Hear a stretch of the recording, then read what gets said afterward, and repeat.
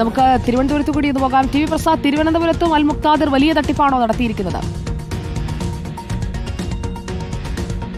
ഉറപ്പായും സുജയ, ഇതുപോലെ pre booking അഡ്വാൻസായി പണം കൊടുത്ത് സ്വർണത്തിന് വേണ്ടി ബുക്ക് ചെയ്യും. അതിൻ്റെ കാലാവധി കഴിയുന്ന സമയത്ത് സാധാരണഗതിയിൽ എപ്പോഴാണോ നമ്മൾ ബുക്ക് ചെയ്യുന്നത് ആ ബുക്ക് ചെയ്യുന്ന ദിവസമുണ്ടായ വില, ആ വിലയുടെ സ്വർണ്ണാഭരണങ്ങൾ പണിക്കൂലിയില്ലാതെ നൽകുമെന്ന ആകർഷകമായ പരസ്യത്തിലാണ് ഈ നാട്ടുകാരെല്ലാം വീണുപോയത്. തിരുവനന്തപുരത്ത് കഴിഞ്ഞ ദിവസം ഏതാണ്ട് 200-ലധികം ആളുകളാണ് ഇങ്ങനെ നിക്ഷേപകരായി യോഗത്തിൽ പങ്കെടുത്തത്. അവർക്ക് ആരുടെയും പണം തിരിച്ചു കിട്ടിയില്ല. അവരെല്ലാം പോലീസ് സ്റ്റേഷൻ പരാതി കൊടുക്കുമ്പോഴുള്ള പ്രശ്നം ഇപ്പോൾ തൽക്കാലം കേസെടുക്കാൻ കഴിയില്ല എന്ന് പോലീസ് ഉദ്യോഗസ്ഥർ അറിയിക്കുന്നതായിട്ടാണ് ഈ പരാതിക്കാരെല്ലാം പറയുന്നത്.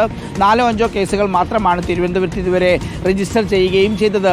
എന്തായാലും നേരത്തെ നമ്മൾ പറഞ്ഞതുപോലെ, അല്ലെങ്കിൽ ഇപ്പോൾ ഉപഭോക്താക്കൾ പറഞ്ഞതുപോലെ, വലിയ രീതിയിലുള്ള പരസ്യങ്ങളാണ് എല്ലാ ചാനലുകൾക്കും പത്രങ്ങൾക്കും എല്ലാം കൊടുത്തത്. പക്ഷേ അവർ ഒരു ഘട്ടത്തിൽ നിക്ഷേപ തട്ടിപ്പ് നടത്തുന്ന നിലയിലേക്ക് വരുമ്പോൾ സ്വാഭാവികമായി പരസ്യം തരുന്നവരായാലും തട്ടിപ്പ് നടത്തിയാൽ അത് ജനങ്ങളുടെ മുന്നിൽ കാണിച്ചു കൊടുക്കുക എന്നുള്ള ഉത്തരവാദിത്വത്തിൻ്റെ കൂടി അടിസ്ഥാനത്തിലാണിത് ജനങ്ങളുടെ മുന്നിലേക്ക് നമ്മൾ വയ്ക്കുന്നത്. എന്തായാലും തിരുവനന്തപുരത്ത് മാത്രം കോടികളുടെ നിക്ഷേപം തിരിച്ചു കൊടുക്കാനുണ്ട്. ഇതിൻ്റെ ഉടമയെ ബന്ധപ്പെടാൻ നമ്മൾ ശ്രമിച്ചു സുജയ, പക്ഷേ പറ്റിയില്ല. എന്തായാലും തിരുവനന്തപുരത്തെ ഷോറൂം ഇപ്പോൾ അടഞ്ഞു കിടക്കുകയാണ്.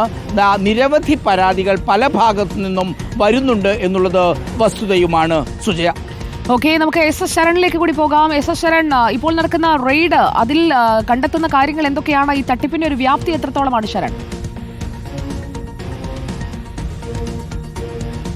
സുജയ, ഈ അൽ മുക്താദിർ ജ്വല്ലറി നേരത്തെ തന്നെ കേന്ദ്ര ഏജൻസികളുടെ റഡാറിൽ ഉള്ളതാണ്. ഇതിൽ ഏറ്റവും പ്രധാനപ്പെട്ട കാര്യം, കഴിഞ്ഞ ജനുവരിയിൽ വിശദമായ പരിശോധനകൾ സംസ്ഥാനത്തെമ്പാടും തന്നെ IT-യുടെ ഭാഗത്തു നിന്നുണ്ടായിരുന്നു എന്നുള്ളതാണ്. അങ്ങനെ 30 സ്ഥാപനങ്ങൾ നടത്തിയ പരിശോധനകളിലായിട്ട് 380 കോടിയുടെ നികുതി വെട്ടിപ്പ് കണ്ടെത്തുകയും ചെയ്തിരുന്നതാണ്. ഇതിൽ പ്രധാനമായും IT കണ്ടെത്തിയിരിക്കുന്നത് ഈ പഴയ സ്വർണം വാങ്ങിയതിൻ്റെ മറവിലാണ് ഈ തട്ടിപ്പ് നടത്തിയിരിക്കുന്നത്. അങ്ങനെ തട്ടിയെടുത്ത പണം വിദേശത്തേക്ക് കടത്തിയിട്ടുണ്ട്. 50 കോടി രൂപയാണ് ഇത്തരത്തിൽ കടത്തിയിരിക്കുന്നത്. ഇതിന് പുറമെ തന്നെ ദുബായ് അടക്കമുള്ള ഇടങ്ങളിൽ വലിയ തോതിൽ തന്നെ ഈ തട്ടിയെടുത്ത പണം ഉപയോഗിച്ച് നിക്ഷേപങ്ങൾ നടത്തുകയും ചെയ്തിട്ടുണ്ട്. അങ്ങനെ നിക്ഷേപങ്ങൾ നടത്തിയിട്ടുണ്ടെങ്കിൽ പോലും ആദായ നികുതി റിട്ടേണിൽ ഇത് രേഖപ്പെടുത്തിയിട്ടില്ല എന്നുള്ളതാണ് IT-യുടെ കണ്ടെത്തൽ. ഇതോടൊപ്പം തന്നെയാണ് മറ്റൊരു പ്രധാനപ്പെട്ട ഇടപാട്, അതായത് മുംബൈയിലെ ഒരു ഗോൾഡ് പർച്ചേസ് സ്ഥാപനവുമായിട്ട് അൽ മുക്താദിർ ജ്വല്ലറിക്ക് വലിയ ബന്ധമാണുള്ളത്. ഇവർ ഇത്തരത്തിൽ വാങ്ങുന്ന പഴയ സ്വർണം ഒക്കെ തന്നെ ആ സ്ഥാപനത്തിനാണ് കൈമാറിയിരുന്നത്. അങ്ങനെ നടത്തിയ സാമ്പത്തിക ഇടപാടുകൾ വലിയ തിരിമറി ഉണ്ടായി എന്നുള്ളൊരു കണ്ടെത്തലേക്ക് കൂടി IT എത്തുകയും ചെയ്യുന്നു. മറ്റൊരു പ്രധാനപ്പെട്ട കാര്യം,